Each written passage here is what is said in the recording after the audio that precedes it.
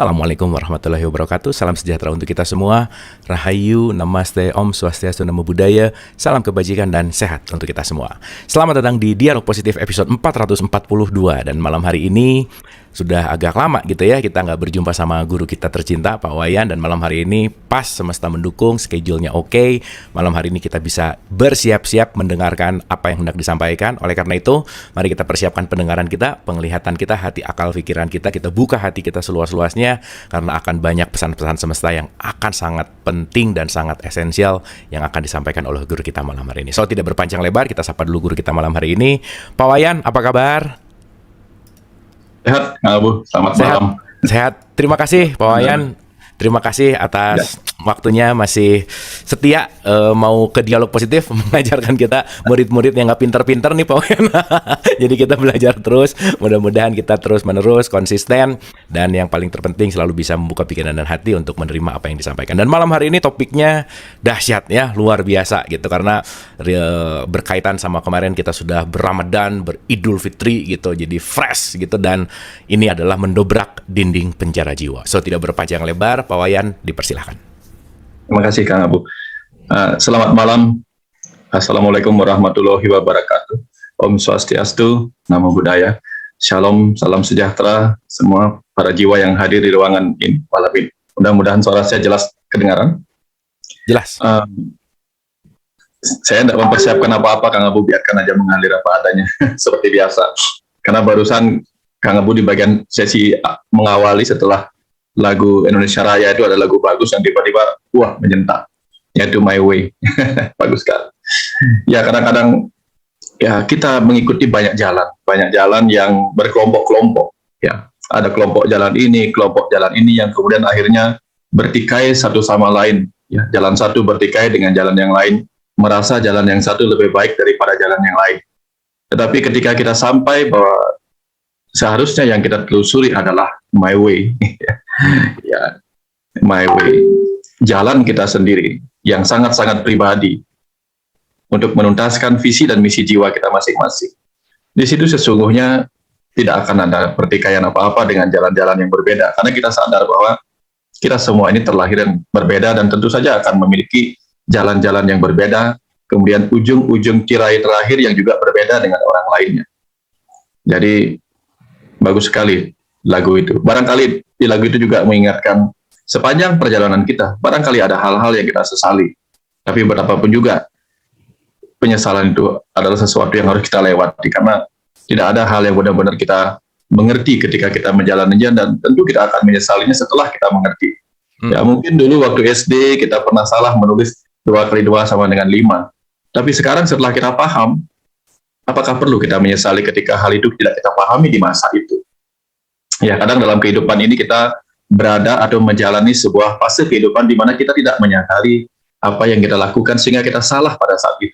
Dan ketika kita tiba di saat sekarang sudah menyadari hal itu bahwa itu salah, apakah begitu besar penyesalan yang harus memenjara kita? Nah, itulah yang sebabnya hari ini kita akan berbicara banyak. Tapi izin Kang Abu, saya lebih banyak sedikit storytelling aja, cerita-cerita sedikit. Sebelum kita cerita tentang puasa dan hubungannya dengan pembebasan jiwa dari dinding itu, saya mau cerita tentang ada seorang anak kecil. Ini tadi barusan dialirkan ceritanya. Ada seorang anak kecil yang ditinggal sama orang tuanya. Dia tidak mengenal kedua orang tuanya, sehingga dia tidur di emperan toko, mencari makan, bisa hidup, cari makan dengan cara mengais-ngais sesuatu. Sampai kemudian beranjak besar gitu ya. Nah, di emperan toko dia melewati suka duka, kadang hujan, kadang panas di emperan toko, bisa pindah-pindah tempat. Tapi di sana ada kebebasan yang dia rasakan ketika dia bisa berpindah-pindah rumah. Rumah dalam tanda petik rumahnya orang ya. Dia bisa tidur dan bangun, kemudian mengais-ngais makanan dan bisa hidup karena kebutuhan utamanya berupa physiologis need, ya, makan dia bisa, minum air dia bisa minum air di mana saja. Kemudian dia bisa tidur di mana saja, bisa bermain apa saja dan menikmati taman-taman indah di kota-kota lain. Tapi kemudian dia terus melakukan perjuangan mencari makan, sembari dia terpanggil selalu untuk menolong orang lain ketika ada yang membutuhkan. Ada nenek-nenek menyeberang, dia bantu, ada orang-orang butuh pertolongan, dia tolong. Begitu saja, tapi tidak ada keinginan apa-apa dari ketika dia menolong.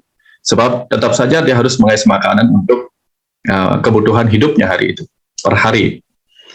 Tapi ya, untuk kebutuhan hidup dia lakukan dengan cara mendapatkan seperti itu, kemudian dia tetap melakukan karma-karma atau tindakan-tindakan kebaikan. Dia sopan pada orang-orang.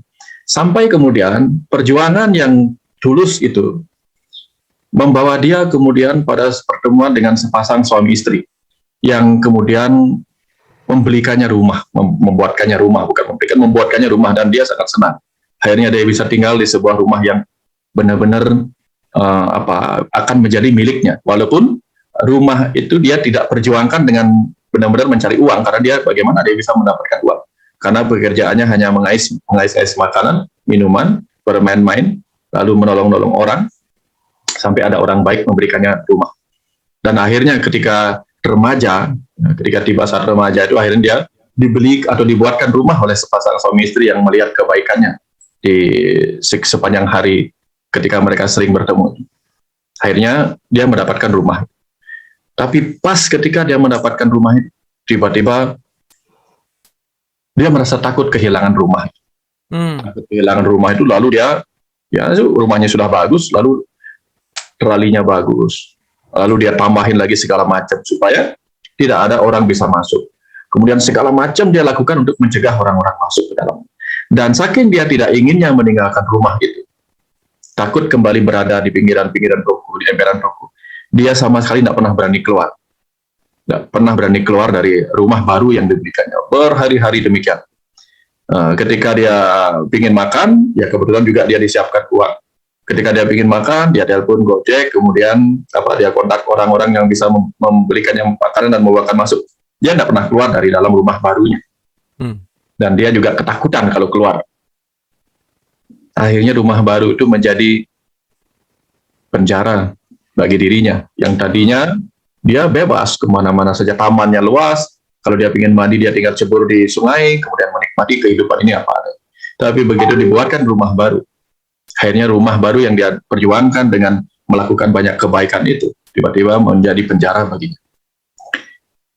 Bayangkan cerita ini, seorang anak kecil yang tadi kehilangan ayah ibu. Bayangkan dia adalah jiwa kita. Jiwa kita yang tidak mengerti siapa asal kita, siapa ayah ibu semesta kita. Lalu kita melakukan kehidupan demi kehidupan dengan kebaikan demi kebaikan yang tulus. Sampai tiba saatnya kemudian, kita tidur di emperan-emperan, seperti kita roh yang menempati berbagai tempat, ke sana kemari, tapi melakukan kebaikan-kebaikan. Sampai tiba saatnya sepasang suami istri yang juga kita tidak kenal, ayah ibu semesta yang tidak kita kenal, tiba-tiba berkenan menyiapkan sebuah rumah baru bernama tubuh manusia untuk kita tempati dan kita pakai untuk menikmati kehidupan ini lebih baik, nyaman dan aman di dalam. Tapi kemudian ketika kita ada di dalam tubuh yang diizinkan menjadi rumah kita, atas nama kita, atas nama Kang Abu, atas nama saya, atas nama teman-teman yang lain, tubuh ini. Tapi kemudian kita menciptakan tubuh ini menjadi penjara bagi kebebasan jiwa kita sendiri. Kita tidak lagi bisa keluar untuk menikmati kehidupan ini apa adanya. Tidak bisa lagi mengambil makanan dengan bebas, makanan bagi jiwa kita, sebagai pengetahuan-pengetahuan yang tersebar di mana-mana. Karena kita terlanjur didoktrin oleh jalan-jalan yang kita ikuti. Ini tidak boleh, itu tidak boleh, belajar ini tidak boleh, belajar itu tidak boleh. Sehingga akhirnya kita terkungkung di dalam tubuh kita sendiri. Pikiran kita menjadi penjara yang membuat kita justru tidak bisa mendapatkan pengetahuan-pengetahuan yang lebih banyak untuk bertumbuh matangnya jiwa kita. Karena beberapa jalan itu menolak pelajaran yang lain, menolak pikiran kita mendapatkan pengetahuan-pengetahuan yang lain. Dan akhirnya kita tertutup terhadap benih-benih kesadaran yang ada dalam pengetahuan-pengetahuan yang mungkin di luar jalan kita. Nah, inilah yang kemudian memenjara kita. Itu salah satu penjara pengetahuan. Belum lagi kalau kita memenjara diri kita dengan rasa cemas akan masa depan, atau rasa kecewa pada masa lalu, terpenjara oleh reaksi-reaksi ego kita sendiri, terpenjara oleh nilai-nilai yang kita sebut baik, padahal di tempat lain nilai yang kita sebut baik mungkin nilai yang buruk. Akhirnya kita terjebak dengan berbagai norma-norma yang membuat kita seakan-akan bisa menilai orang lain buruk dan diri kita baik ketika kita menjalankan norma-norma seperti itu. Nah, baguskah norma-norma itu? Tentu norma-norma adalah rambu-rambu. Tetapi kadang-kadang norma-norma yang terlalu kita buat mengikat diri kita, yang sampai kemudian menyebabkan kita menilai buruk orang lain hanya karena perbedaan norma-norma yang kita anut. Ya, misalnya kita adalah seorang vegetarian, lalu kita menganggap buruk orang yang non-vegetarian, atau kita yang makan daging menilai buruk orang yang vegetarian, atau kita yang memuja ini menilai buruk orang yang memuja lainnya. Nah, itu kita terpenjara sehingga kita kehilangan kebebasan untuk melihat bahwa semesta ini demikian adanya dengan berbagai jalan. Masing-masing orang bercerita tentang my way-nya yang harus kita hormati. Tapi karena jalan yang kita pilih kemudian menciptakan dinding-dinding seperti jalan tol yang tidak mengizinkan pejalan kaki atau tidak mengizinkan pesepeda motor lewat. Nah, karena kita anggap kalau ada sepeda motor lewat jalan tol mungkin kita anggap kurang ajar. Atau ketika lewat jalan ini kita anggap, nah seperti itulah jalan-jalan yang diciptakan oleh manusia membuat kita terbelenggu oleh batasan-batasan itu sendiri. Ya, begitu banyak definisi-definisi diciptakan oleh manusia. Kita tahu definisi artinya batasan. Akhirnya kita semakin lama semakin terbatas. Nah, ini cerita tentang keterbatasan. Dan apa hubungannya kemudian dengan puasa? Kita tahu kalau orang makan terus makan nasi banyak, makan daging banyak, yang terjadi adalah dinding pembuluh darahnya menebal. Kalau dinding pembuluh darah menebal, orang cenderung mengalami tensi tinggi. Tensi tinggi menyebabkan jantung juga bekerja keras, emosi menjadi mudah karena tensi tinggi. Nah, kalau orang banyak puasa, ya sejak awal dia sering puasa, mungkin kemudian penebalan pembuluh darah oleh penumpukan kolesterol dan sebagainya tidak akan terjadi. Nah, cerita yang sama terjadi ketika orang ya yang kurang berpuasa, kurang mengizinkan dirinya menyerap emosi-emosi negatif yang kemudian menciptakan dinding-dinding yang meningkatkan kemarahan. Kebayang ya kamu? Kadang kita banyak makan emosi negatif, sehingga apa?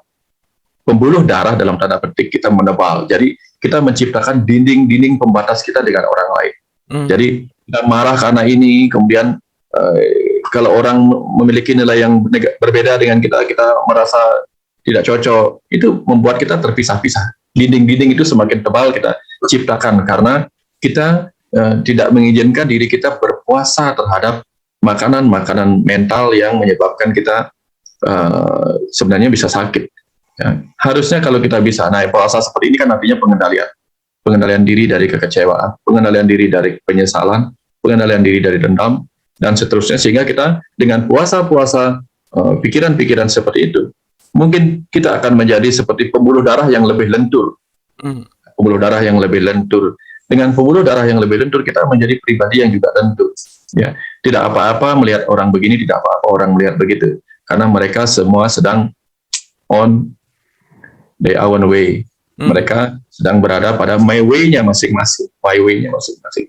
Nah, dari sini kemudian perlu kita renungkan bahwa ada banyak sekali hal-hal yang membuat kita selama hidup ini terus terbungkus oleh penjara-penjara. Itu baru penjara-penjara yang saya ceritakan di awal. Ada lagi 5 penjara yang memenjara tubuh kita di level yang lebih dalam lagi, Kang Abu. Di level ajaran yoga versinya Patanjali. Bahwa setiap ruh yang murni itu,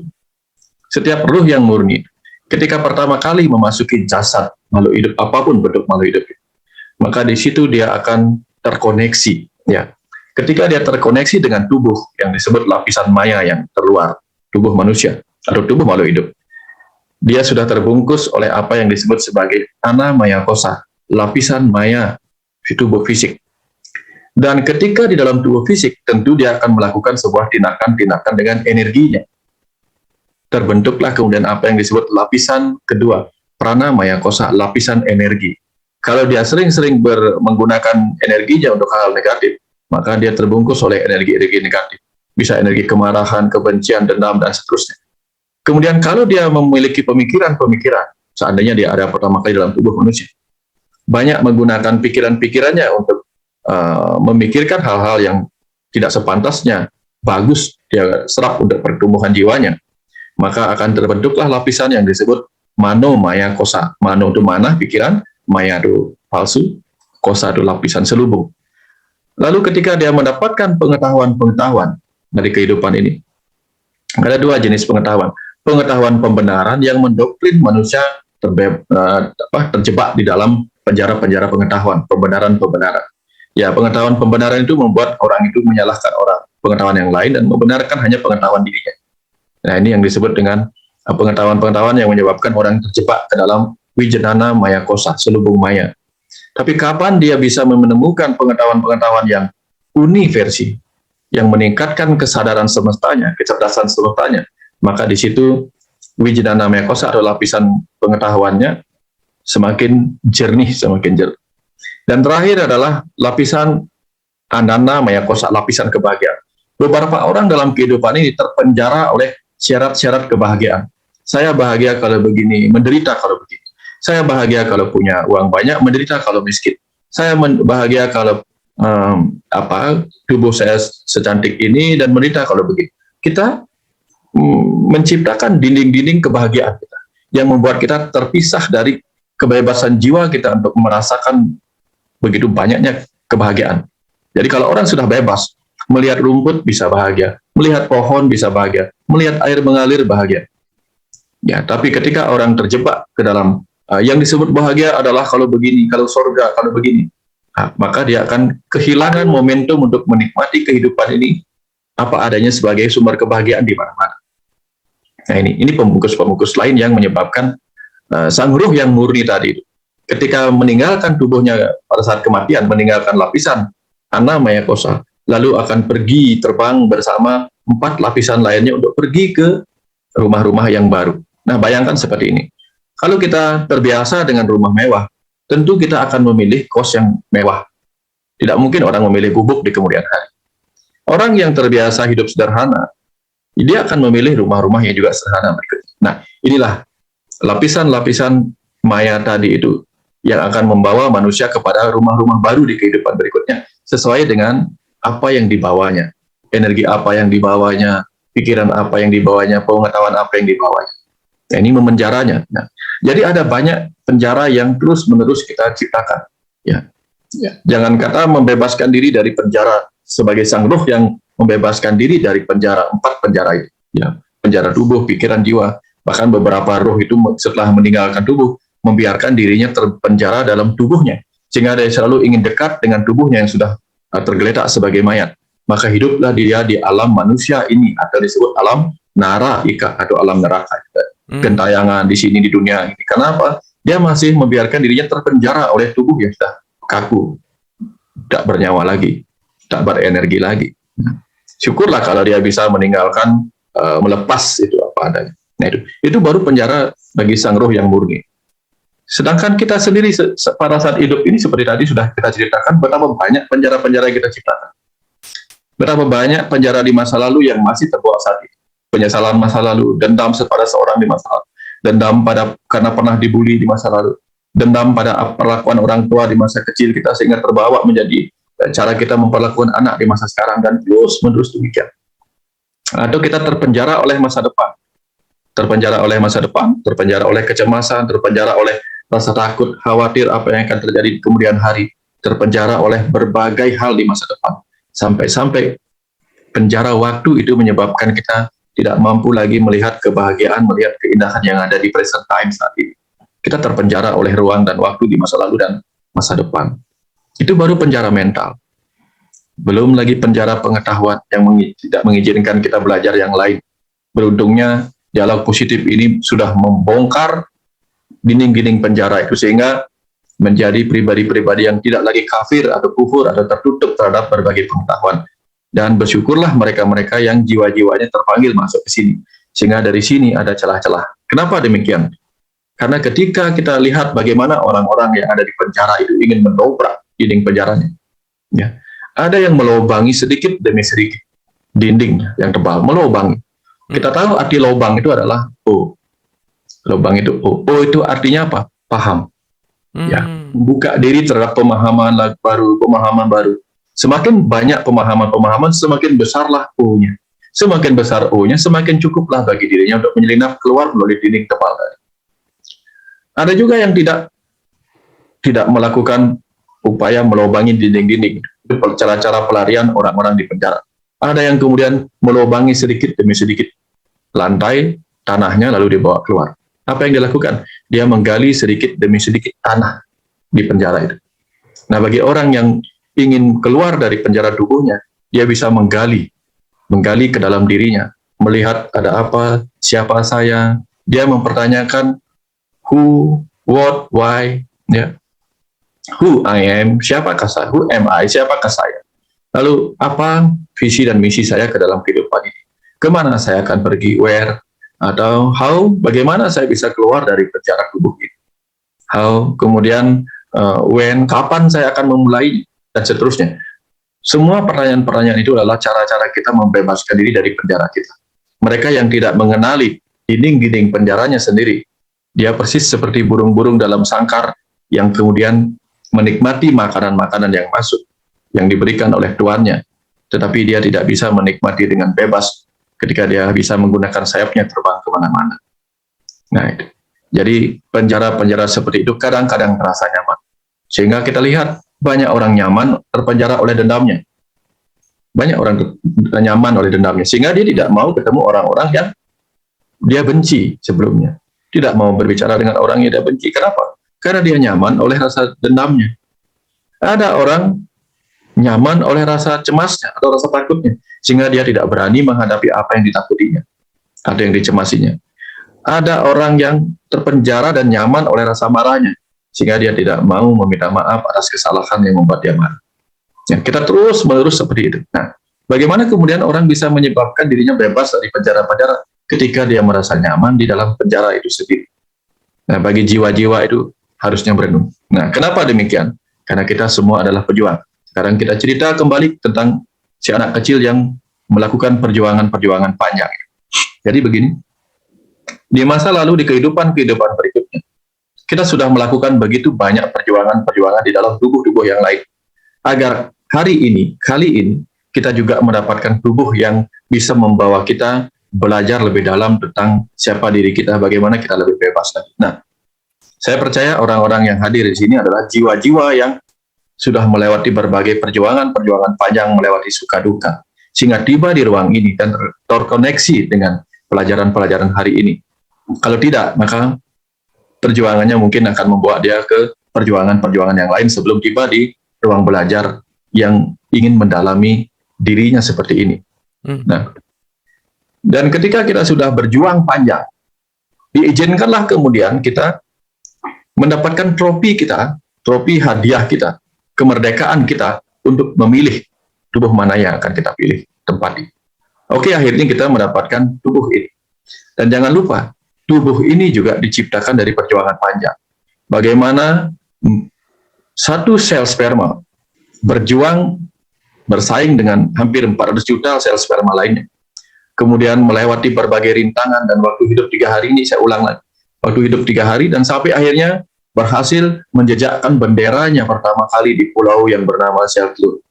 Sampai kemudian di sana dia bisa membelah, ya, dia memenangkan trofinya berupa Shetland dengan perjuangan yang benar-benar luar biasa.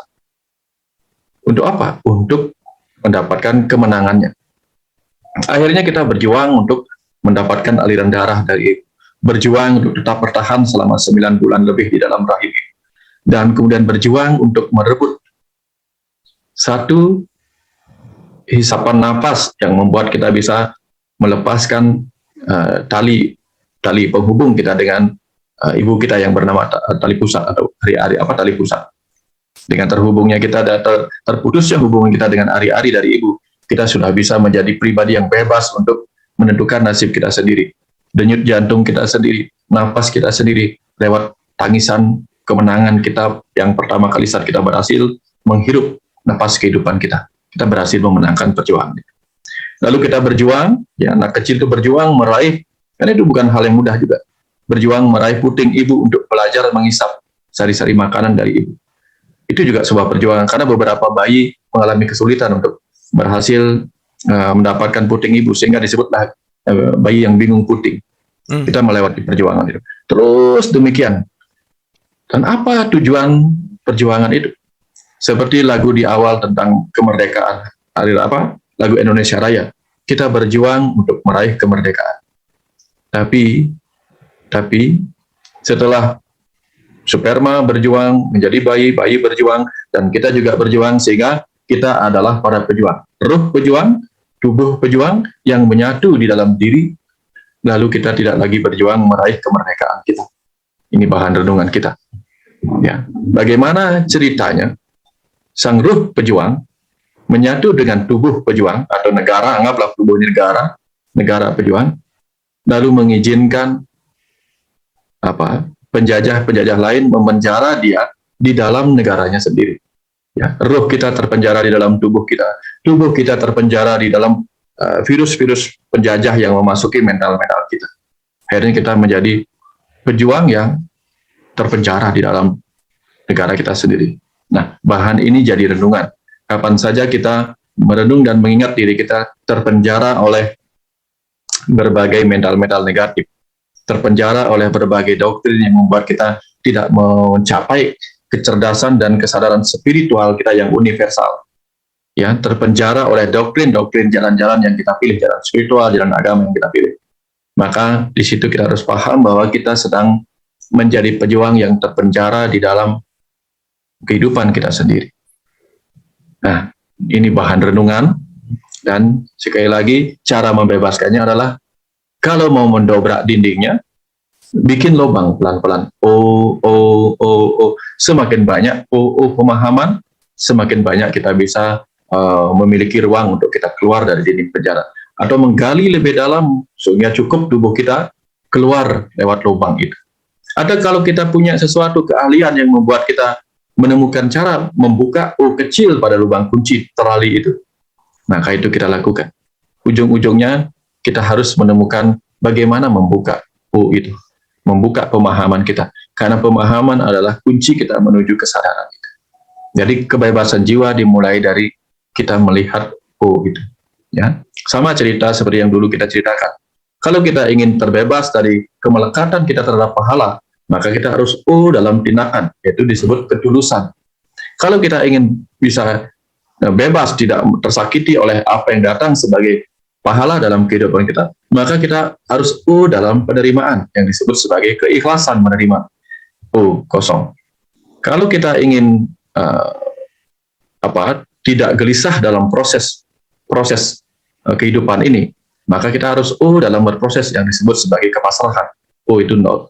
Atau kalau kita ingin bebas dari kegelisahan saat kita harus mengikuti proses waktu ini, kita harus dalam penantian yang disebut kesabaran. Inilah 4 kecil yang akan membuat kita terbebas dari dinding-dinding penjara ruang dan waktu atau penjara mental-mental yang mengganggu kehidupan kita di dalam.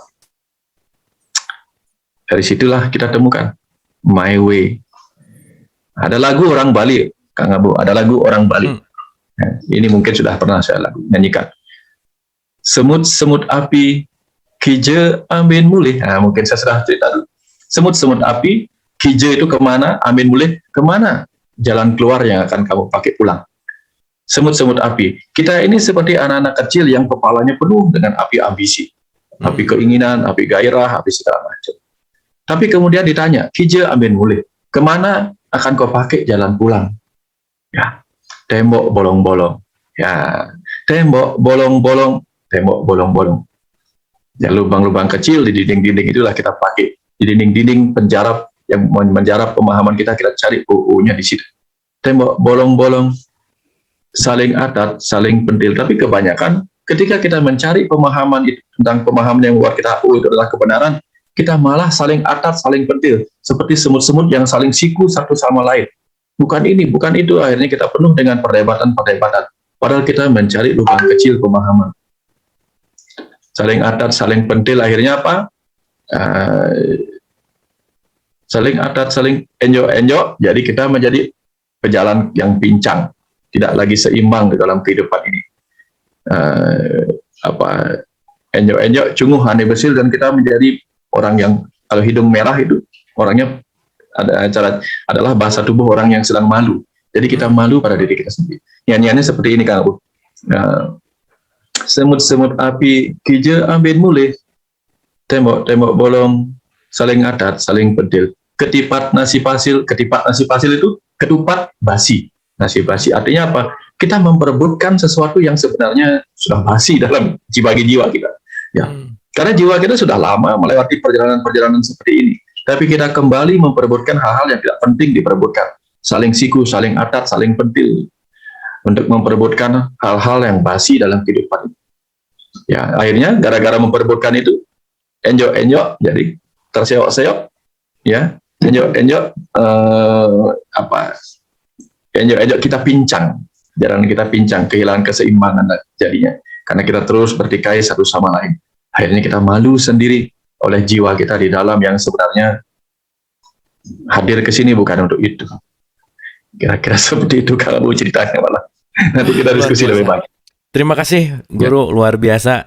Openingnya udah jelek banget, dan tadi cerita si anak itu juga relate banget gitu ya. Waktu Pak Wayan tadi langsung ceritain, nggak tahu alurnya tuh, wah itu langsung bener-bener tuh terasa gitu. Dan menariknya begini Pak Wayan, begitu tadi diceritakan tentang itu, ketika dia masuk satu rumah yang rumahnya bagus banget, dia nggak mau keluar gitu. Entah kenapa jadi sangat relate dengan kehidupan gitu ya Pak Wayan. Dimana kalau dalam kehidupan ini ada rumah agama, ada rumah pengetahuan, ada rumah ego gitu ya, ada rumah, macam-macam lah rumah. Yang disadari atau tidak, ternyata begitu masuk ke rumah agama, jangan-jangan melimitasi untuk kebebasan itu sendiri, jadi nggak mau keluar gitu. Masuk ke dalam satu pengetahuan, ya udah di situ aja, jadi nggak mau keluar juga. Jadi justru malah, maaf mungkin ini jadi paradoks gitu ya, agama bisa jadi penjara, pengetahuan bisa jadi penjara. Nah bagaimana Pak Wayan kita menyikapi rumah-rumah ini yang seakan-akan kan kelihatannya ya agama adalah jalan menuju, tapi bisa jadi penjara, paradoks. Pengetahuan adalah masuk ke dalam untuk apa ya, mengetahui gitu ya, tapi juga bisa jadi paradoks. Nah gimana nih supaya kita tidak terjebak dalam rumah-rumah itu gitu? Silakan Guru. Betul Kang Abu. Ada ramalan Jayabaya mengatakan bahwa akan lahir agama Budi. Agama Budi. Orang berpikir itu agama Buddha, bukan. Agama Budi itu artinya, Budi itu akal budi, intelektual. Hasil dari intelektual itu adalah sains. Dan sains-sains itulah yang kemudian mengajari kita tanpa kita sadari. Contohnya begini, hasil dari teknologi, kita kan tahu, ilmu pengetahuan menghasilkan art and science. Art and science. Dulu, ilmu pengetahuan menghasilkan budidaya, ya, akal budi menghasilkan budidaya atau budaya berupa art. Sekarang ya, budi menghasilkan sainsnya. Salah satu contoh sains adalah ketika kita ya di laptop ini kita bermain window. Nah, bermain window. Window itu artinya jendela. Sehingga di laptop yang sama kita bisa menoleh aplikasi ini, aplikasi ini, aplikasi itu. Di HP pun kita bisa melihat aplikasi ini, aplikasi ini. Sehingga kita tidak terjebak pada satu aplikasi saja. Karena ada window, sistem window. Nah, rumah yang menyiapkan dirinya untuk membuka jendela lebar-lebar, ya, membuat kita bisa melihat tetangga sebelah lagi ngapain, ini lagi ngapain, bahwa ternyata ada banyak kebahagiaan di tetangga-tetangga sebelah juga. Nah, itulah sebabnya window-window yang terbuka ini mengajarkan kita bahwa kalau kita siap membuka diri kita terhadap pengetahuan-pengetahuan yang ada di luar sana dan tidak terjebak di dalam ini, ya, kita akan luar biasa. Faktanya adalah kita sudah banyak diajarkan oleh kehidupan ini. Tidak ada orang yang ingin, ya, tidak ada orang yang ingin membangun sebuah toko yang hanya tokonya dibeli oleh satu orang, dua orang yang sejalan dengan dirinya. Tidak. Tentu dia ingin memiliki toko yang semua orang membelinya.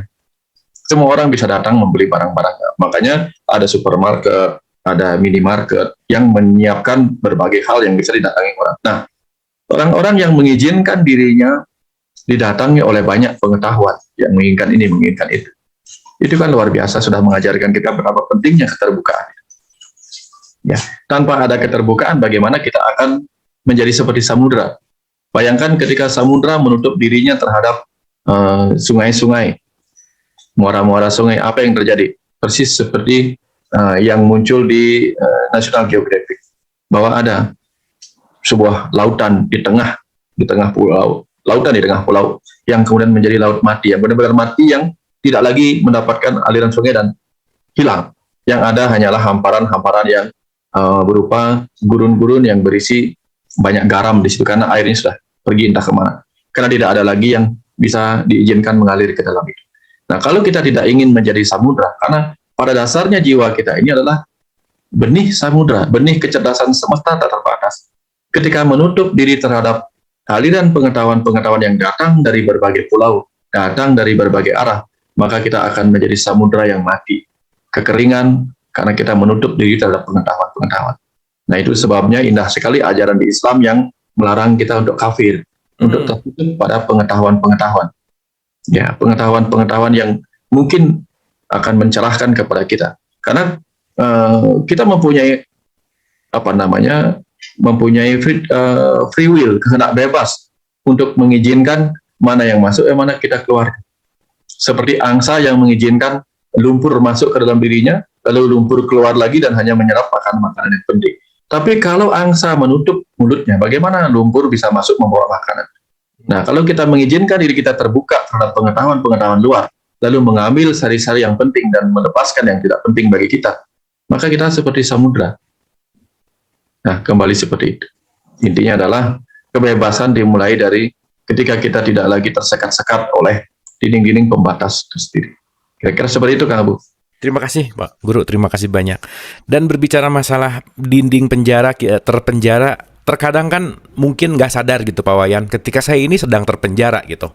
Mungkin ilusi tentang bahagia, padahal nggak bahagia-bahagia amat gitu. Ilusi tentang macam-macam gitu ya. Dan intinya adalah ketidaksadaran bahwa dia sedang dipenjara gitu. Nah, gimana sih Pak Wayan agar kita lebih peka gitu? Karena saya rasa penjara ini juga kan dinamis gitu ya. Lapisan demi lapisan gitu. Nanti lepas dari dinding ini, keluar nanti ada lagi dinding, dan hidup adalah bagaimana kita terus melubangi sampai benar-benar lepas gitu. Nah, indikator parameter gimana sih untuk ngecek bahwa ya ini kita harus benar-benar lebih lepas dari penjara itu sendiri gitu. Silakan Pak Wayan. Kita tahu, Kang Abu, bahwa dinding-dinding penjara itu kita ciptakan karena kita mengikuti dua reaksi ego kita. Satu fight dan satu flight. Ketika orang fight, dia akan mencoba membangun perisai-perisai. Entah perisai yang ada pada tubuhnya, entah perisai yang ada pada rumahnya. Perisai-perisai itulah yang membangun dia dinding-dinding. Sehingga seakan-akan dia merasa terlindungi oleh perisai-perisai. Seakan-akan dia terlindungi. Kemudian orang yang flight juga melarikan diri, juga akan melarikan diri kepada tempat-tempat yang berdinding tebal. Ya, misalnya ketika ada di alam liar itu makhluk-makhluk sedang dikejar oleh pemangsanya, mereka lari ke dalam lubang yang membuat dia terlindung, yang terlindung dari luar. Nah, terlindung dari dinding-dinding tebal, goa yang membuat dia terlindung dari seakan-akan pemangsa itu kan membuat dia nyaman, merasa terlindungi. Ya. Jadi ada orang merasa terlindungi oleh dinding yang dia buat, ada orang merasa terlindungi oleh perisai yang dia buat, atau ada orang merasa terlindungi ketika dia berhasil lari ke tempat di mana dia sebenarnya terkungkung. Tapi ketika dia tidak ada rasa takut pada kehidupan di luar sana, ya, maka dia bebas saja. Dia tidak memerlukan itu, maka dia keluar dengan rasa bahagia, ya, tidak perlu lagi bersembunyi di manapun. Nah, dinding-dinding itu dimulai dari kita menciptakan perlindungan kita. Contohnya misalnya, ketika kita ingin mencapai sebuah target bernama surga, lalu kita menjaga diri kita, melindungi diri kita, ya, agar kita tidak tergoda oleh ini, akhirnya kita membatasi diri kita. Contoh misalnya, kalau kita, bayangkan saya misalnya seorang vegetarian yang ingin melindungi diri dari godaan orang yang makan daging. Ada kemungkinan saya melawan mereka yang makan daging dengan mengusir mereka menjauh dari halaman rumah saya yang berjualan kayak ini. Atau saya melakukan apa saja yang membuat saya tidak bisa terkoneksi dengan warung-warung yang memakan daging itu. Itu kan memenjara saya.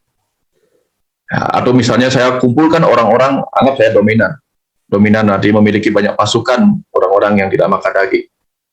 Dan demi menghindari godaan itu, maka saya akan melawan orang-orang yang menjual daging dan mengusir mereka. Atau menutup warung-warung mereka. Hanya demi saya tidak tergoda. Seperti itu kira-kira. Tapi kalau saya membebaskan diri saya tidak membutuhkan perisai-perisai. Saya tidak butuh mereka menutup warungnya. Saya tidak membutuhkan perisai untuk tidak menoleh dia. Saya bisa saja datang ke warung mereka hanya untuk beli nasi tanpa tergoda untuk. Jadi saya tidak butuh fight, tidak butuh flight. Saya hanya datang menerima mereka apa adanya tanpa perlu menyalahkan mereka dan hanya mengambil apa yang saya butuhkan. Nah, kira-kira seperti itu. Sama halnya ketika kita berpuasa. Ketika kita berpuasa, lalu kita menganggap yang tidak berpuasa sebagai godaan, maka kita menghancurkan mereka. Mereka. Padahal kalau kita terbuka, terima kasih. Karena setiap peselancar yang hebat, adalah peselancar yang tidak takut pada gulungan ombak besar. Gitu. Ketika datang gulungan ombak besar, dia dengan gembira, oke, silahkan, silahkan lawan aku. Kenapa? Godaan terbesar adalah ketika kita kehebatan orang yang berlatih menghadapi godaan adalah ketika godaan terbesar datang kepadanya. Bukan ketika dia menjauh atau akan melawan godaan itu, tetapi ketika godaan itu tidak berhasil menggodanya. Nah, kira-kira seperti itu cara kita.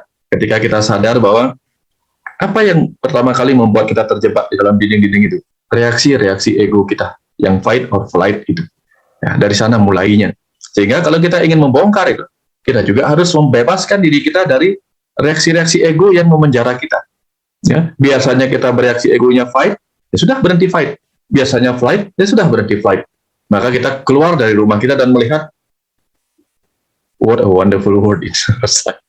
Betapa luar biasanya di luar sana itu. Yang selama ini kita takut pada ini, takut. Akhirnya kita berada pada gelembung udara hanya karena takut pada kuman-kuman di luar, takut pada udara yang penuh debu. Akhirnya kita keluar jalan-jalan tapi berada di dalam gelembung yang membuat kita ada tapi terpisah dengan dunia luar itu sendiri. Ya, pas mau menoleh takut pada cahaya matahari karena silau, takut pada hujan karena pilek dan seterusnya. Lalu apa arti kehidupan ini kalau kita terpenjara oleh gelembung yang kita ciptakan sendiri? Kira-kira seperti itu, Kang Abu. Oke, keren Pak Wayan, luar biasa. Terima kasih. Dan mungkin kan kita punya rasa empati gitu ya Pak Wayan, punya rasa kasih sayang gitu, bahwa kadang ketika kita melihat ada orang yang seperti terpenjara gitu misalkan. Dan tadi kan kata Pak Wayan melubangi dari dalam gitu. Sejauh mana sih bisa dilubangi dari luar gitu Pak Wayan? Faktor eksternal untuk bisa membebaskan jiwa. Apakah kita bisa menolong dalam tanda petik gitu ya, jiwa-jiwa yang sedang terpenjara gitu? Kita sebagai faktor eksternal bisa menolong mereka untuk membebaskan dalam tanda petik. Gimana tuh perannya Pak Wayan? Silakan. Ada bahasa, ketika murid siap saat itu guru datang. Ketika orang-orang berteriak dari dalam penjaranya meminta pertolongan, maka saat itu pertolongan datang. Tetapi ketika di dalam mereka tidur nyenyak di dalam penjaranya, kita panggil-panggil pun tidak ada gunanya. Karena mereka menikmati berada di dalam penjara. Tapi begitu mereka masuk ke dalam masuk ke dalam fase memanggil kita, meminta pertolongan. Nah, disitulah yang bisa kita lakukan adalah membongkar lebih dulu critical mind-nya, faktor-faktor kritis yang terlanjur menjaga dia dalam bentuk keyakinan bahwa apa yang dia lakukan adalah benar. Misalnya, ada orang takut keluar rumah karena dia anggap di luar sana ada begini, ada begitu, ada begini, ada begitu. Faktor kritisnya mencegah dia untuk membongkar diri sendiri. Nah, faktor kritis yang membuat dia yakin bahwa ketakutannya beralasan. Nah, disitulah kita bongkar. Ada orang merasa benar-benar dirinya salah karena dirinya sedang menjadi penyebab dari sebuah kematian, merasa dirinya benar-benar salah. Di situ kita bongkar faktor kritisnya sampai dia melihat bahwa tak ada satupun yang salah dalam sebuah kematian yang benar-benar di luar kehendak kita gitu misalnya.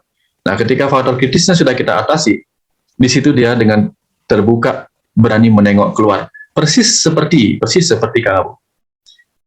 Kalau kita nonton video-video di YouTube atau dimanapun, di mana ada anjing yang terperangkap oleh misalnya terperangkap oleh sebuah kondisi terikat. Pada saat ada orang datang menolongnya, mungkin orang itu akan digigit. Digigit karena dia sudah merasa menderita oleh ini. Dia takut orang-orang itu menyebabkan sesuatu yang lebih menderita. Maka yang pertama dilakukan adalah bagaimana orang yang menolong ini mendapatkan trust dari anjing yang sedang terperangkap itu. Ketika dia mendapatkan trust, maka bisa terus. Kalau belum ada trust, tidak bisa terus. Nah, dimulainya trust. Trust dulu baru terus. Nah, orang yang menolong ini dari eksternal itu setidak-tidaknya harus menunjukkan bahwa dirinya bisa dipercaya. Dan orang yang bisa dipercaya adalah orang yang sudah berhasil membebaskan dirinya dari penjara itu sendiri. Dengan sendirinya ada vibrasi yang membuat orang itu percaya bahwa ini orang yang terbukti memang sudah bebas dari penjaranya. Ya. Kalau orang itu sendiri tampaknya hanya akan memindahkan dia dari penjara yang satu ke penjara yang lain, mungkin orang itu akan tanda petik masih ragu-ragu. Nah, jadi kapan kita bisa menolong orang yang sedang terpenjara? Dimulai dengan kita menolong diri kita lebih dulu dari penjara kita. Lalu senyum kebahagiaan kita sebagai makhluk yang bebas akan memanggil jiwa-jiwa yang membutuhkan itu untuk mendatangi kita, meminta pembebasan yang sama. Kira-kira seperti itu, Kang Abu. Kira-kira seperti itu. Oke, guru asik, luar biasa, terima kasih banyak gitu ya. Jadi itu jelek banget sih kalau muridnya siap, gurunya pasti datang, dan vibrasi energi frekuensi nggak pernah salah gitu ya guru ya. Ya sama halnya ketika kita berkumpul malam hari ini juga nggak mungkin ada yang sia-sia, nggak mungkin ada yang kebetulan, karena pasti ditarik oleh vibrasi energi dan frekuensi itu tadi gitu. Jadi terima kasih guru, banyak sekali hal yang terkonfirmasi malam hari ini, hal yang sangat indah, hal yang menguatkan, apalagi itu sih yang paling penting adalah menguatkan, yang menjadi semangat gitu. Oke, poin saya masih agak banyak, tetapi ini pertanyaan udah banyak banget juga. So teman-teman di Instagram Live, YouTube maupun di Zoom, kalau mau mengapresiasi boleh raise hand, yang raise hand udah ada 2. Kalau mau tambah lagi juga silakan, pertanyaan juga yang masuk DM juga banyak, kita bahas satu-satu. Oke, sebelum ke Ibu Anca mungkin kita ke ini dulu, karena ini private gitu ya. Jadi pertanyaannya begini Pak Wayan, saya nggak sebut namanya karena ini relate banget dengan statement tadi gitu, tentang bagaimana melepaskan gitu. Saya sudah sering berusaha Pak Wayan untuk tidak takut dan cemas dan sebagainya. Saya banyak fobia, juga pengalaman bekerja di yayasan yang membuat saya trauma dan insecure. Tapi hasilnya ya nihil. Bagaimana saya melepaskan semuanya, kecemasan tersebut dan ketakutan tersebut? Intinya adalah trauma. Dan yang bertanya tentang trauma ini ada 4 pertanyaan yang sama Pak Wayan. Jadi ini lagi agak trending nih di pertanyaan tentang trauma gitu. Silakan Pak Wayan. Ya, saya percaya bahwa yang sedang meminta pertolongan itu adalah pikiran sadar. Karena pikiran sadar sudah merasa bahwa kecemasan itu memenjaranya. Tetapi pikiran sadar sudah melakukan berbagai upaya untuk membebaskan tubuh dan jiwanya dari penjara-penjara kecemasan. Tapi apa yang menyebabkan kemudian pikiran sadar itu sudah melakukan berbagai upaya, tidak juga berhasil membebaskan tubuh dan jiwa dan mentalnya dari penjara-penjara kecemasan atau fobia itu? Ceritanya seperti ini. Ini berkaitan dengan ilmu medis, ilmu fisik kita. Kita tahu bahwa setiap hal yang masuk kepada panca indera kita akan menciptakan sebuah molekul ingatan.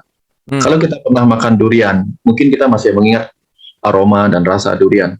Kalau kita pernah mencium aroma bunga melati, sampai sekarang pun kita akan mengingat.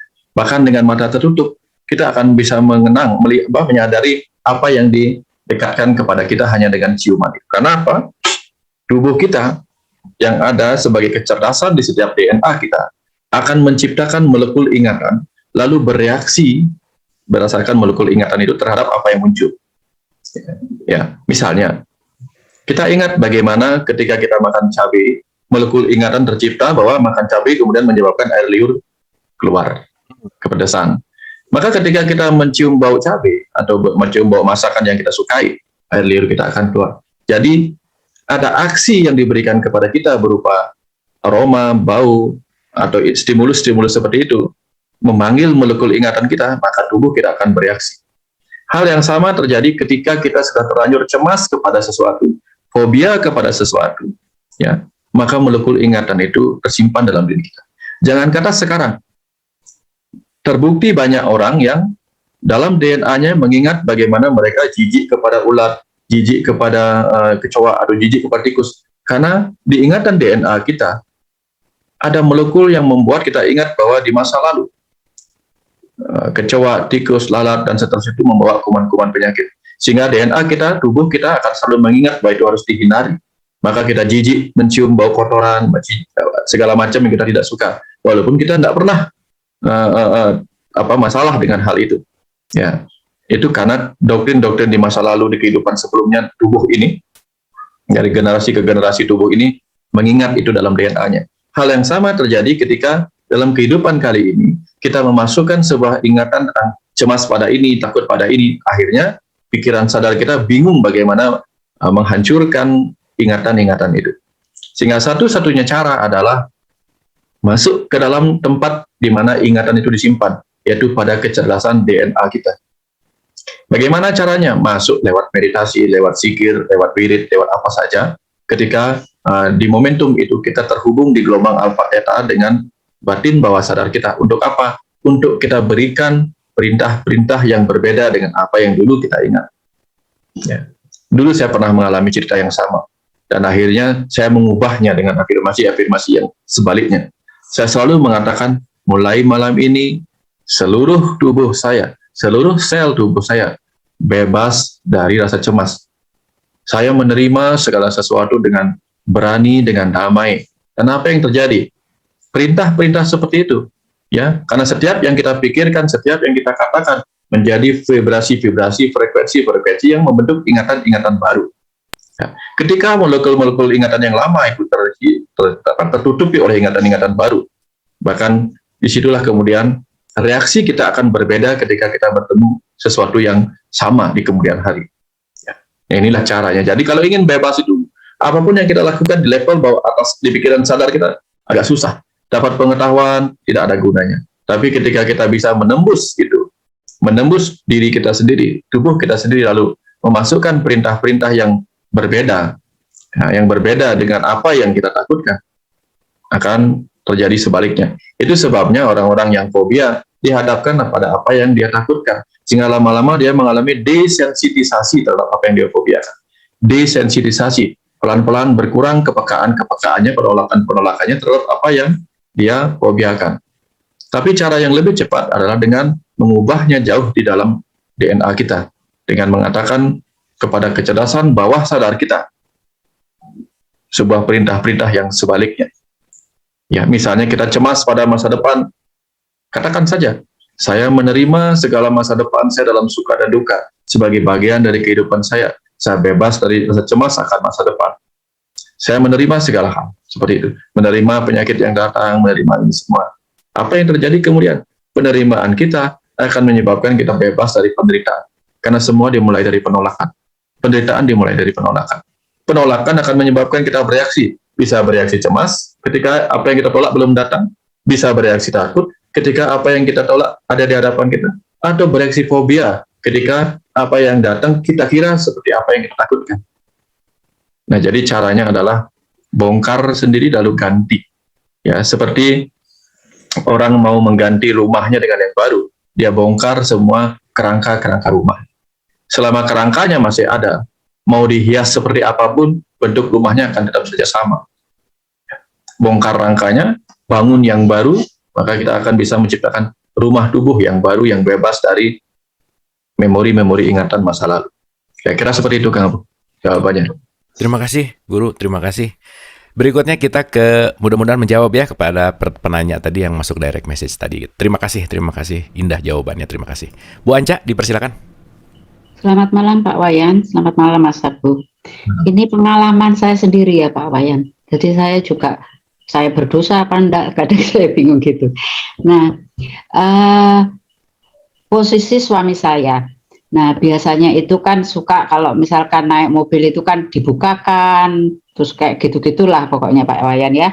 Nah, saya itu kayak gitu kurang sreg Pak Wayan. Nah, pada suatu saat saya terus ngomong ke suami saya, Pak Wayan, nggak usah kamu dibuka-bukain ya. Nah, karena saya memikirkan untuk jangka waktu yang akan datang, ya kita nggak berdoa yang jelek ya, na'udzubillah. Takutnya karena pengalaman cerita teman-teman saya, begitu sudah purna tugas itu terus ya nyun sewu, ada yang kena stroke, ada yang kena macam-macam seperti itu. Dan saya menginginkan bahwa kita tua bersama nggak apa-apa, tapi kita sehat, saya gitu. Nah, toh anak-anak juga udah selesai semua, tapi kamu nggak usah minta dilayani kayak gitu ya. Nah, itu ya suami saya sih nggak apa-apa, cuma kadang saya merasa bersalah sendiri Pak Wayan. Apakah tindakan saya seperti itu salah? Karena teman-teman saya ini yang saya temui yang mau purna tugas itu istrinya itu banyak yang kayak belum siap, padahal hidup ini kita harus selalu mengingat kematian, katanya bukunya Komarudin Hidayat ya. Nah, mereka itu bilangnya ya agamanya mungkin lebih bagus dari mereka, dari saya. Nah, tapi dia ini kadang di status-status ngomong gini, saya kadang maksudnya kasihan gitu ya, nggak usahlah kamu nulis-nulis kayak gitu, kamu seperti menelanjangi dirimu sendiri. Itu satu yang Pak Wayan. Yang kedua Pak Wayan, sebanyak yang kita ingin pelajari, justru manusia ini jauh dari roh. Apa ini dikarenakan kita belum mencapai olah spiritual atau bagaimana? Terima kasih Pak Wayan, terima kasih Mas Abu. Makasih Bu Anca. Wah, ini menarik banget. Ini juga mengingatkan bahwa salah satu rumah adalah power gitu ya Pak Wayan ya. Post power syndrome gitu misalkan, itu juga nggak siap untuk keluar dari rumah gitu. Silakan Pak Wayan. Terima kasih Bu Anca, terima kasih luar biasa. Saya belum pernah ketemu mobil yang tidak ada handle pembuka pintunya dari dalam. Seingat saya, rata-rata mobil itu ada handle pembuka pintu dari dalam. Karena mobil itu memang disiapkan bagi setiap orang yang ingin keluar untuk membukanya sendiri dari dalam. Jadi ketika ada yang mengingatkan seseorang untuk membuka sendiri pintunya dari dalam, itu sesuatu yang tidak apa-apa.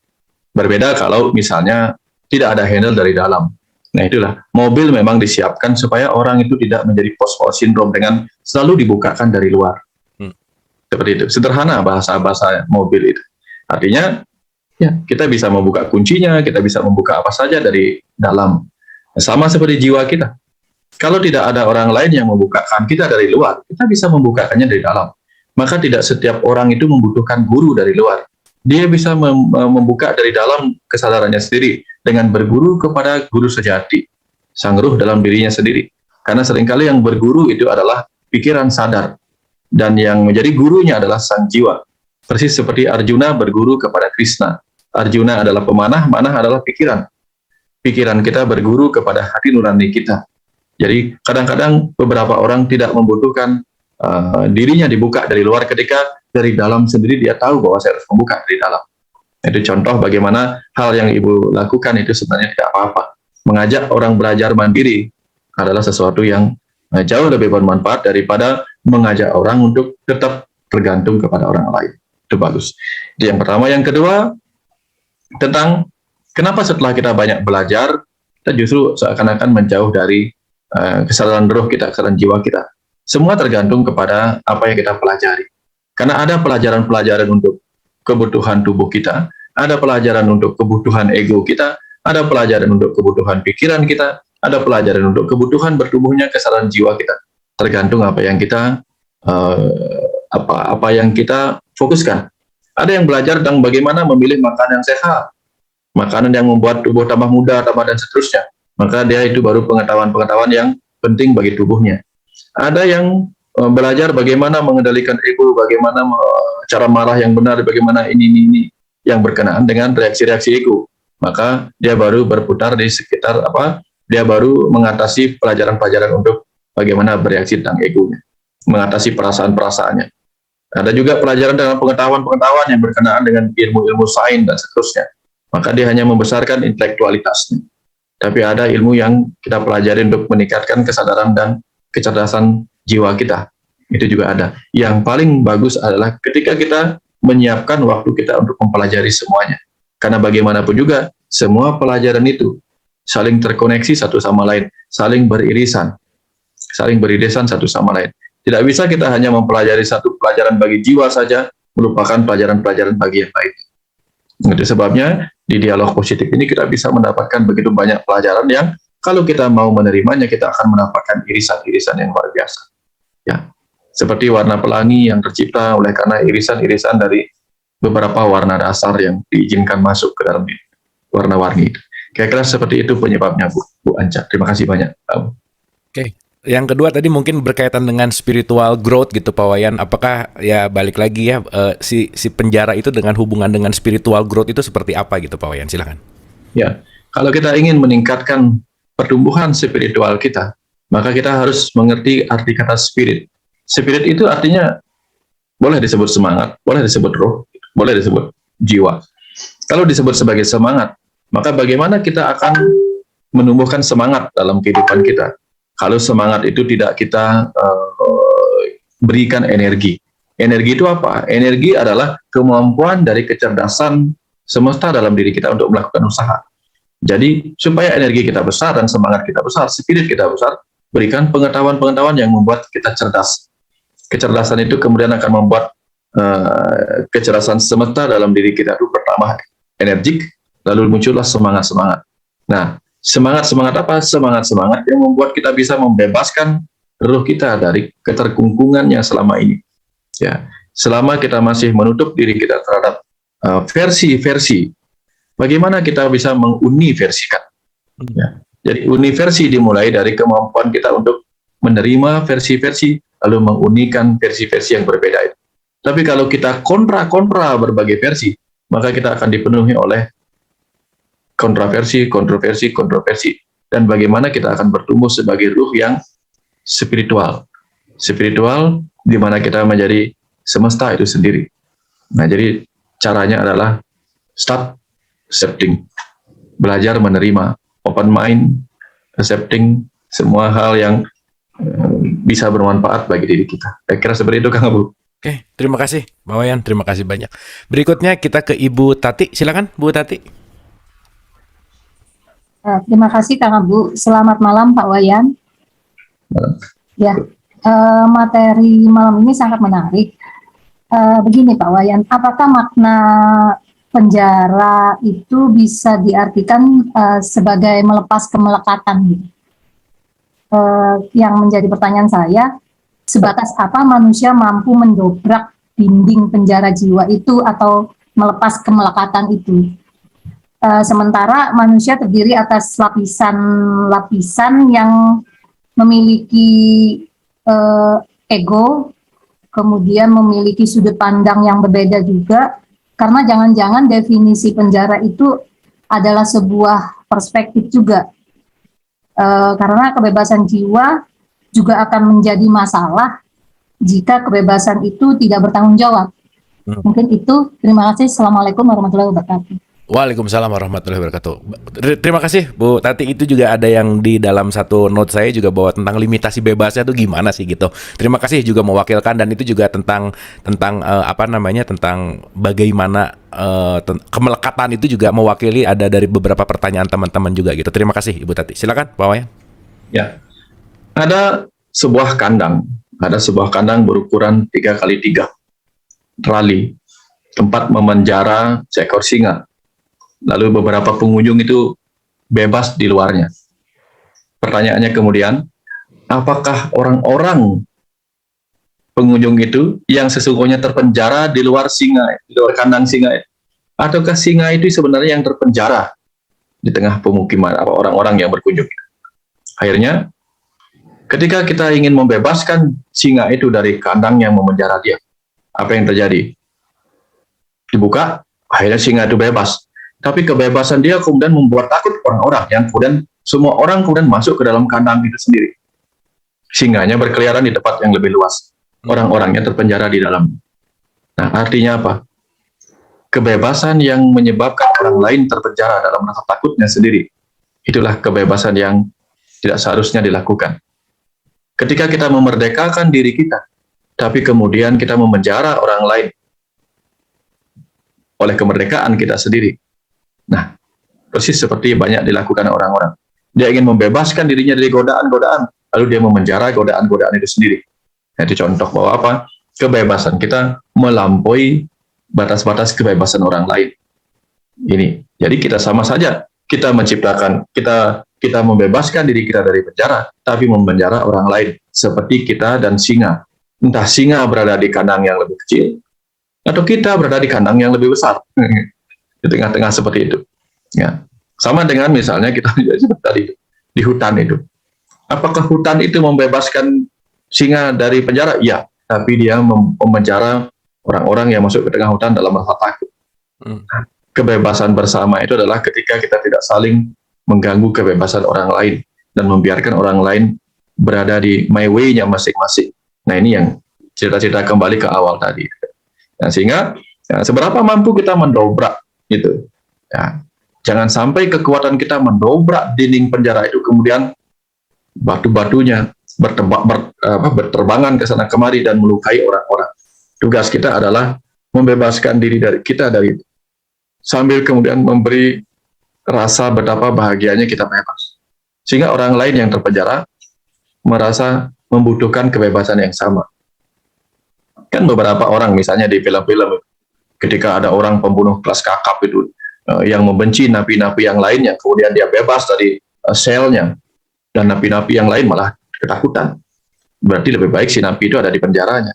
Jangan sampai kebebasan kita sekali lagi mengganggu kebebasan jiwa orang lain. Karena kebebasan itu adalah mahardika, merdeka. Maha Arda Ika. Jadi Mahardika, merdeka itu Mahardika, Maha Arda Ika. Maha itu maha besar, Arda itu sesuatu yang bersifat jiwa, Ika. Jadi kemerdekaan itu adalah ketika jiwa itu kembali kepada mahanya, kembali kepada kebesarannya, kesadaran semesta, kecerdasan semesta, sehingga ketika dia melihat kesemestaan dirinya, bagaimana mungkin dia mengganggu kebebasan orang lain yang dia tahu bahwa orang-orang itu sendiri adalah bagian dari semestanya. Ini. Nah, jadi orang yang benar-benar mencapai kebebasan semesta akan mengerti bahwa dia tidak perlu mengganggu kebebasan orang lain, karena orang lain itu adalah bagian dari diri semestanya sendiri. Ini tingkat yang lebih mendalam lagi. Kira-kira seperti itu, Kang Abu. Terima kasih Pak Wayan, dan melepaskan kemelekatan dan penjara tadi gitu Pak Wayan. Sebatas mana sih kita bisa mendobrak, karena ini juga ada pertanyaan dari teman-teman di chatting gitu ya. Batasan kita, kekuatan kita, dan di mana kita bisa mendobrak itu sampai mana, itu satu. Dan ketika itu adalah penjaranya pun datang dari Tuhan, dan itu juga pikiran datang dari Tuhan, bahwa apakah penjara itu juga yang menciptakan Tuhan itu sendiri, dan di mana kasih sayang Tuhan untuk membebaskan kita dari penjara itu sendiri gitu. Silakan Pak Wayan. Ya. Kalau tidak salah saya mengingat di bagian awal itu ada logonya Kang Abu di situ bahwa magic power apa ya? Saya lupa. Bagaimana gambarnya?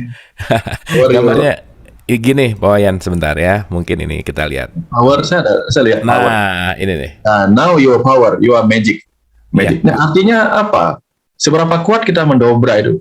Selama kita mengetahui bahwa kita memiliki kekuatan itu, kita mampu mendobraknya.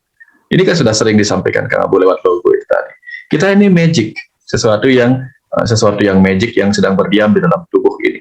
Kita diciptakan dari sebuah keajaiban. Bagaimana sel sperma yang tak tiba-tiba bisa membelah menjadi tubuh yang luar biasa. Bagaimana otak kita yang tersusun dari air, protein, lemak, karbohidrat, garam-garam terlarut, itu bisa berpikir. Kalau kita menciptakan adonan tepung dan membuat bentuk otak, belum tentu bisa berpikir. Otak kita dari bahan yang sama itu bisa berpikir. Magic. Lalu kita memiliki power. Lalu bagaimana mungkin kita tidak mampu mendobrak itu? Yang membuat kita tidak mampu mendobrak, karena kita tidak membiarkan kemampuan kita mendobrak. Kita memampukan diri kita untuk menciptakan penjara, bukan untuk mendobrak. Lalu kasih sayang Tuhan di mana? Kasih sayang Tuhan ada sebagai ruh kita, berdiam sebagai kecerdasan akal sadar kita, yang bersiap-siap ketika kecerdasan sadar atau sang murid mau meminta dukungan, tuntunan darinya. Tapi sayangnya sang murid, pikiran sadar ini belum siap menerima tuntunan dari kecerdasan ruhnya, kecerdasan hati nuraninya, dan dia lebih suka mengikuti bisikan-bisikan dari teman-temannya, yang malaikat, yang setan, yang rau, yang ketu, yang ego positif, ego negatif, yang Pandawa, yang Korawa. Akhirnya apa? Bersama teman-temannya itulah pikiran sadar ini membangun penjara-penjaranya. Lalu kecerdasan semeta dalam diri sebagai sang roh, ada Tuhan dalam dirinya, hanya menjadi pengamat yang mengizinkan si anak kecil bertumbuh sesuai dengan free will-nya. Silahkan. Karena apa? Tuhan sebagai sang waktu menyediakan begitu banyak waktu untuk sang anak ini mau belajar sampai kapan boleh. Ya. Tapi ketika kita tiba di tempat ini, tanda-tanda kita sudah mulai masuk ke pelajaran-pelajaran yang lebih dalam untuk belajar, tidak lagi mengizinkan diri kita memenjara diri kita. Gitu. Ya. Kenapa demikian? Karena bukan saja manusia, bahkan ulat bisa menciptakan kepompong bagi dirinya sendiri. Untuk apa? Untuk bahan dia merenung di dalam, sampai kemudian dia mempunyai sayap untuk terbang. Jadi kalau penjara mau dilihat sebagai sesuatu yang bagus, izinkan kemudian penjara ini ya membuat kita merenung. Kalau kita tidak pernah terpenjara oleh rasa cemas, maka kita mungkin tidak akan merenung, kenapa saya ada di penjara ini. Ya, penjara itu tempat-tempat orang-orang merenung.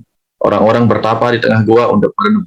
Dan jika selama ini kita di penjara, dijadikan kepompong oleh ego-ego kita yang terus membelit kita, mudah-mudahan dalam perenungan-perenungan kita di dialog positif ini, suatu saat kelak pada waktu yang telah kita tentukan, kita keluar sebagai kupu-kupu indah yang terbang. Kira-kira seperti itu. Terima kasih Pak Wayan, terima kasih banyak. Ini waktu tidak terasa, jadi mohon maaf ini mungkin akan jadi pertanyaan terakhir karena sebelum kita akan mendengarkan pesan semesta kepada Ibu atau Mbak Sheila Nur Sandi, silakan. Halo, Ya, silakan Mbak, boleh langsung menuju ke pertanyaannya, silakan. kalau aku mau bertanya, gimana cara menghadapi rasa trauma yang ada dalam diri kita gitu? Karena aku pernah punya kejadian naik motor terus kelilingan 7 keliling kayak hampir mau mati gitu. Jadi sampai sekarang kalau misalkan keluar rumah naik motor entah apa pokoknya di jalanan aku selalu mikirnya ke arah situ terus. Padahal aku udah berusaha untuk ngelupain trauma itu gitu ya supaya apa sih namanya ada hidup yang baru gitu, tapi semakin dilupain kayak semakin sulit karena setiap naik motor ingatnya ke situ terus gitu. Terus kadang aku juga udah berpasrah gitu kan sama Allah, ya udahlah gitu, kalau mau kelingan ya kelingan, kalau mau pingsan ya pingsan, kalau mau mati ya mati, tapi tetap aja kayak ngerasa masih ada perasaan takut dan cemas gitu loh. Itu gimana caranya tuh untuk menghadapi semua itu? Oke, terima kasih Mbak Sheila. Saya rasa ini relate ya, banyak yang mengalami juga karena yang trauma, nggak tahu ini banyak sekali malam hari ini yang berbicara tentang trauma. Silakan, Guru. Ya, terima kasih. Dulu saya punya ponakan yang waktu usia TK, waktu itu mungkin 5 tahun. Pernah kemudian diajak orang tuanya, bapaknya naik sepeda motor. Kemudian tiba-tiba ada kendaraan yang membuka pintu, kendaraan parkir yang membuka pintu. Dan jatuhlah dia, luka-luka. Saya rawat di klinik, saya rawat. Sejak itu kemudian ponakan saya tidak pernah berani pergi ke rumah tua karena akan melewati tempat yang sama kalau dia pulang. Tidak pernah berani lagi. Dan waktu itu saya ingatkan bahwa bagaimanapun juga dia harus melewati trauma. Tolong ajak dia pulang ke rumah. Nanti saya ajak pulang balik ke rumah lewat jalan yang lain. Pulanglah dia lewat jalan yang lain. Dan ketika tiba saatnya dia pulang, saya akan mengajak dia pulang melewati tempat yang sama. Apa yang saya lakukan kemudian? Saya membawanya ke tempat itu dengan pura-pura mengalihkan perhatiannya karena dia masih kecil. Waktu itu tahun baru. Saya mengajak dia beralih kepada orang-orang yang jualan balon di pinggiran jalan. Pikirannya terus beralih ke tempat itu. Nanti saya bilang saya berikan maaf. Lalu kira-kira sekitar 25 meter di tempat di mana dia sempat jatuh itu. Saya pura-pura menyuruhnya diam di motor. Saya mau belanja. Nah, jadi saya biarkan dia di luar untuk menoleh. Yang biasanya kalau dia lewat katanya dia akan menutup matanya, menunduk ini di stang motor supaya dia tidak melihat tempat kejadian perkaranya. Akhirnya setelah 25 meter itu, saya pura-pura pergi ke Indomaret.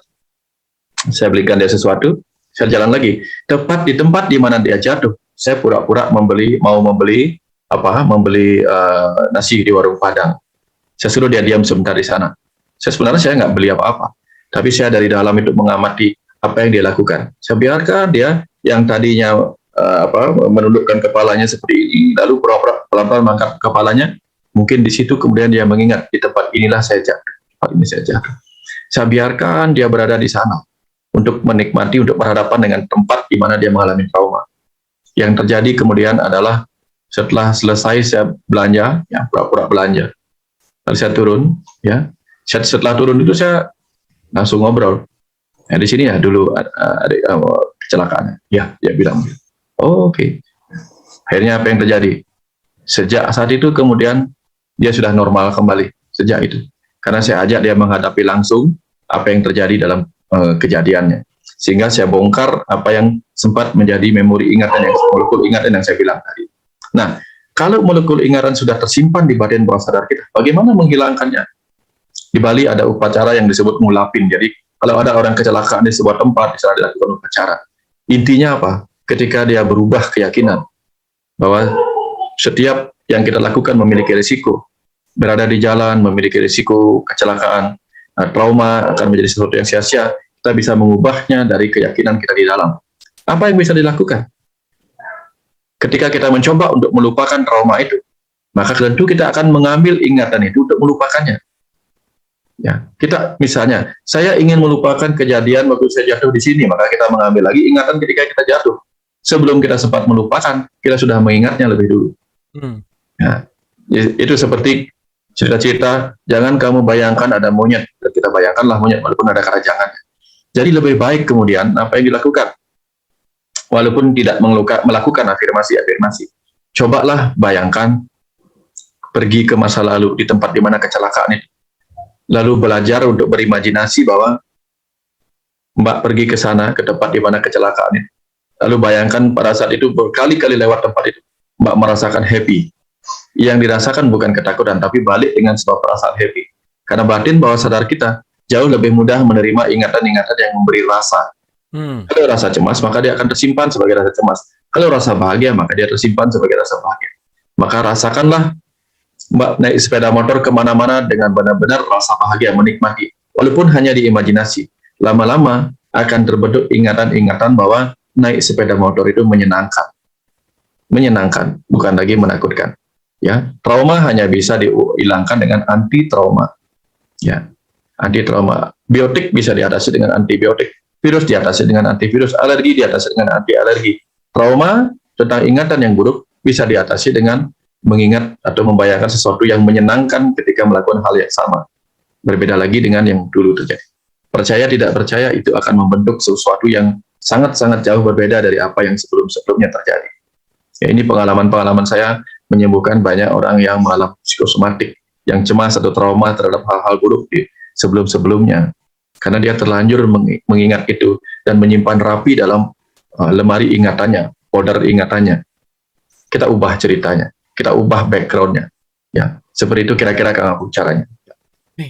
Terima kasih, mudah-mudahan bisa menjawab Mas Sheila. Poinnya adalah terus berlatih ya, poinnya adalah terus ritual pengulangan itu yang akan membuat perubahan juga. Boleh tepuk tangan dulu dong buat guru kita malam hari ini. Saya rasa kita banyak sekali mendapatkan insight, banyak sekali mendapatkan jelep-jelep ya, mind blowing banget malam hari ini. Terima kasih guru, dan tampaknya kita semua siap gitu ya untuk bisa hening sejenak sesuai dengan apa yang sudah kita bahas gitu. Mudah-mudahan dengan hening ini juga kita bisa mulai melihat dinding-dinding penjara itu yang pelan-pelan kita akan belajar melubangi keluar pelan-pelan, menggali lagi dan seterusnya, sehingga kita benar-benar bisa lepas dari penjara itu.